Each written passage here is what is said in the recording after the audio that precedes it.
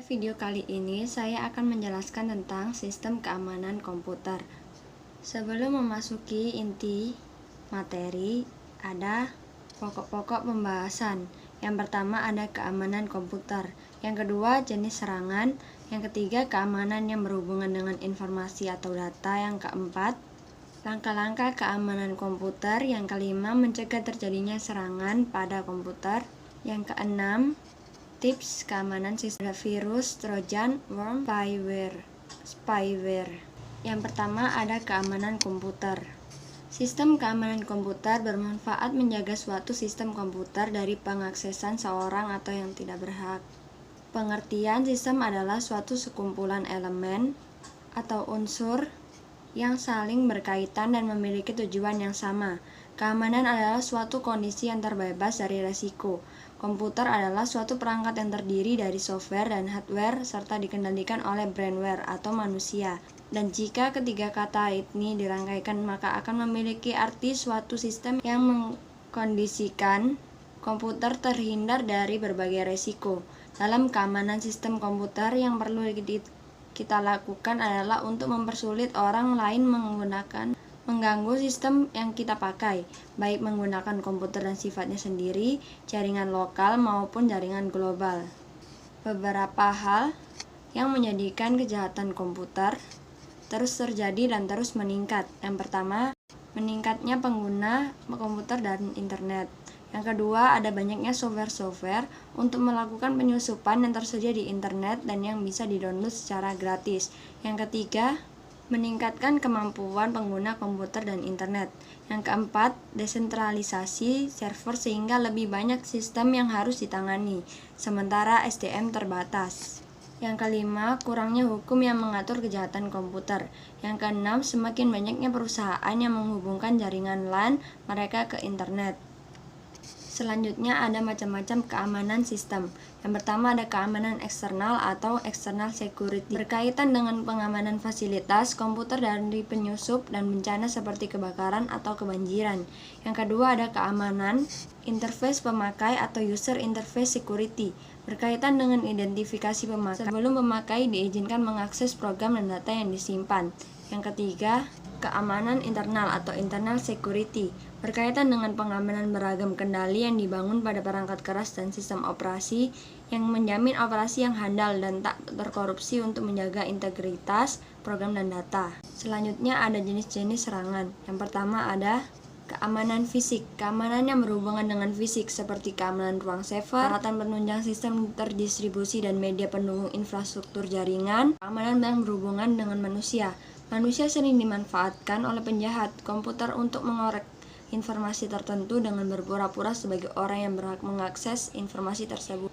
Yang ketiga ada keamanan yang berhubungan dengan data. Kelemahan program dalam menangani data sering digunakan penjahat komputer dengan cara mengirim virus atau trojan untuk memantau atau mencuri data pada komputer tersebut. Yang keempat, keamanan yang berhubungan dengan operasi.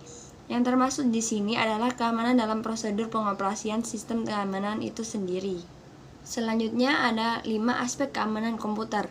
Yang pertama ada kerahasiaan atau confidentiality. Kerahasiaan di dalam sudut pandang keamanan adalah menunjukkan bahwa tidak satupun yang dapat data kecuali yang berhak. Yang kedua ada keaslian atau authentication. Keaslian layanan dan berhubungan dengan identifikasi, baik mengidentifikasikan kebenaran pihak-pihak yang berkomunikasi atau pengguna autentikasi atau entity authentication, maupun mengidentifikasi kebenaran sumber pesan atau data origin authentication. Yang ketiga, keutuhan atau integrity. Keutuhan berkaitan dengan konsistensi informasi yang terdapat pada data yang ada pada jaringan komputer, di mana modifikasi ataupun perusakan data yang mengakibatkan ketidaktahuan data ditimbulkan oleh malicious code atau virus atau worm. Yang keempat, tidak ada penyangkalan atau non-repudiation. Keaslian tidak ada penyangkalan berkaitan dengan menjaga pengguna atau pemilik data tidak dapat menyangkal telah mengakses atau menggunakan data sehingga sistem mengetahui siapa yang bertanggung jawab apa yang telah terjadi pada data tersebut. Yang kelima ada availability. Aspek ini berhubungan dengan ketersediaan informasi ketika diperlukan. Ketika diperlukan, suatu server yang diserang hingga mati akan membuat pengguna tidak dapat mengakses informasi yang ada di dalamnya. Serangan terhadap keamanan sebuah sistem informasi jaringan komputer memiliki beberapa kemungkinan. Yang pertama ada interruption, melumpuhkan layanan atau server sehingga sistem menjadi rusak. Serangan ditujukan untuk menyerang availability dari sebuah sistem. Yang kedua ada interception. Tujuan mendapatkan informasi yang sifatnya pribadi dan tidak boleh dibaca oleh orang lain tanpa seizin pemilik data. Pihak yang tidak berwenang berhasil mengakses data atau informasi. Yang ketiga ada modification. Tujuan tidak hanya untuk melumpuhkan layanan, tapi juga memodifikasi data atau informasi yang dikirimkan sebelum data tersebut sampai di tujuannya. Yang keempat ada fabrication. Serangan ini dilakukan dengan menyisipkan objek-objek palsu ke dalam sistem. Contohnya memasukkan pesan-pesan palsu seperti email palsu ke dalam jaringan komputer. Selanjutnya ada ancaman keamanan yang berhubungan dengan informasi atau data. 1. Kebocoran atau leakage. Pengambilan informasi oleh penerima yang tidak berhak. Yang kedua ada tampering. Pengubahan informasi yang tidak legal atau tanpa sepengetahuan dari pihak penerima. Yang ketiga ada perusakan atau vandalism. Adalah gangguan dari sistem operasi tertentu di mana si perusak tidak mengharapkan keuntungan apapun dari perusakan tersebut. Selanjutnya ada beberapa metode yang dilakukan untuk mendapatkan informasi. Yang pertama ada eavesdropping. Mendapatkan duplikasi pesan atau informasi tanpa seizin orang yang berhak menerima informasi tersebut. Yang kedua ada masquerading. Mengirim atau menerima informasi menggunakan identitas lain tanpa seizin dari orang yang berhak menerima informasi tersebut. Yang ketiga ada message tampering atau menangkap informasi dan mengubah isinya sebelum dilanjutkan ke penerima sebenarnya. Dan selanjutnya ada replaying, menyimpan pesan yang ditangkap untuk pemakaian berikutnya. Yang kelima, denial of service, membanjiri saluran dengan pesan yang bertujuan untuk mengagalkan pengaksesan pemakai lain. Yang selanjutnya ada ancaman atau serangan yang bisa terjadi terhadap komputer. Yang pertama ada virus. Prinsip virus adalah suatu program yang dapat berkembang dengan mengandalkan dirinya. Melalui mekanisme penggandaan diri ini, mekanisme virus digunakan untuk berbagai jenis ancaman keamanan sistem komputer, seperti menampilkan suatu pesan tertentu, merusak file sistem, mencuri data. Selanjutnya ada email virus. Tipe virus yang disisipkan di attachment email. Jika attachment dibuka, maka akan menginfeksi komputer. Program virus tersebut akan mendata daftar alamat akun email pengguna. Internet worm.